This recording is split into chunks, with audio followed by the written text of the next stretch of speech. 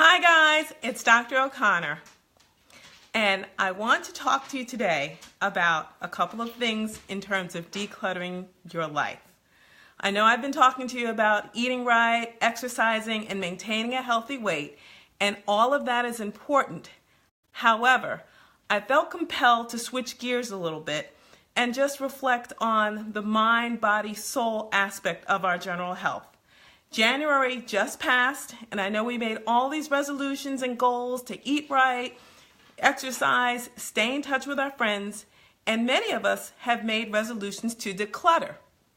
I know we are inundated with clutter 24 hours a day, 7 days a week for our entire lives. I mean, how many of us had it up to here with the amount of clutter that we have every day from the media? The mind clutter is amazing in terms of what's going on in the world, the craziness in the United States, but it's just very easy for us to reach in and turn off the TV and make it go away.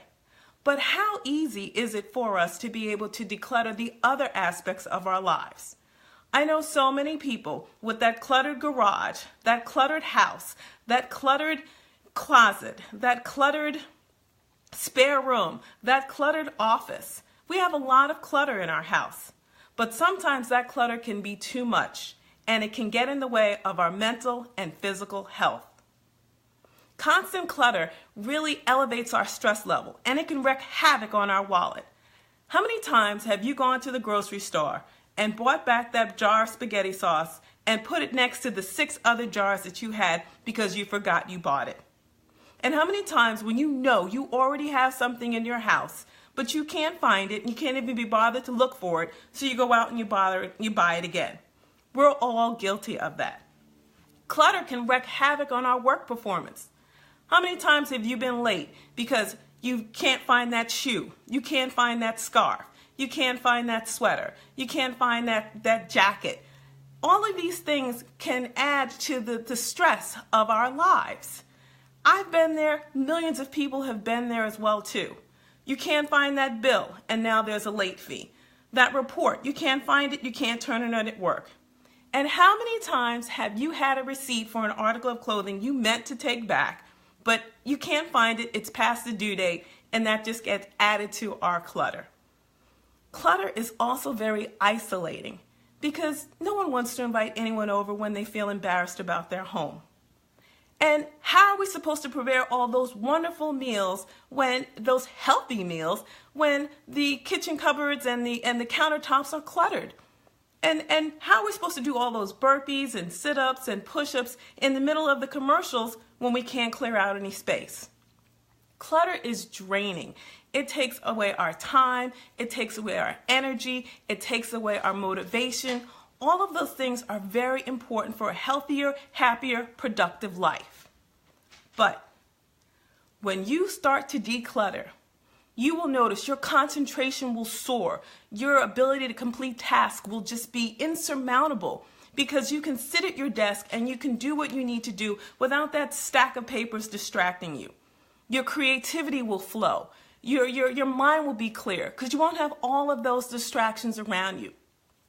You will sleep better. Studies have shown the messier the room, the greater lack of sleep.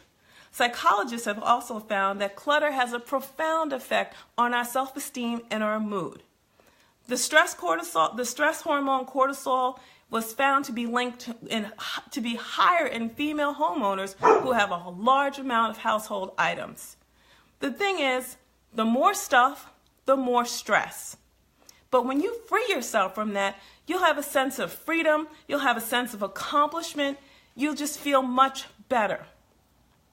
But along with decluttering comes dealing with a lot of those emotional factors that have made us hold on to things that we really don't need to hold on to. We have a lot of guilt and we have a lot of hurt, and we hold on to that, and clutter is a part of that.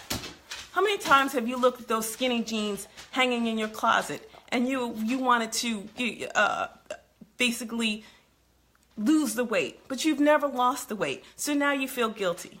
How many times have you held on to things from an ex-boyfriend, ex-girlfriend, ex-husband, ex-anything, and that hurt is still there because we haven't decluttered? The thing is, once you start losing those things, you will notice that the weight that you wanted to lose, it'll come off. The task that you wanted to complete, you'll be able to complete. That book you wanted to write, it'll get written. When we see our way through, clear from this clutter, we will see our way through to completing our tasks. What you have to understand is it took a lifetime to amass all of this clutter. And it's going to take a little bit of time to make sure that we sort through it. So start small. Start with that garage. Start with that basement. Start with that closet. Start with that room. Heck, just start with a bag. Start with a drawer. The most important thing is to start, because the rewards are great. It's going to be a healthier you, a healthier mindset, a healthier living environment, a healthier physical environment. The benefits and the rewards are tremendous. It's important to just understand that this is a process, and I'm going to be with you every step of the way. I got clutter too. I'm upstairs. I'm not in my basement. So, we all have this, and we all need to do this. So if this is important, share it with your friends. Share it with your family. Get a declutter buddy, and you guys just keep each other going. I want to know about your journey. I want to know how you're doing. So please make sure you follow me, like me, Twitter, LinkedIn, Facebook. I'm there. You can follow me on my website. There's going to be a ton of blogs, tips to help with your mind, body, and soul. We're going to do this together. So until the next time, be safe, be healthy, and work out.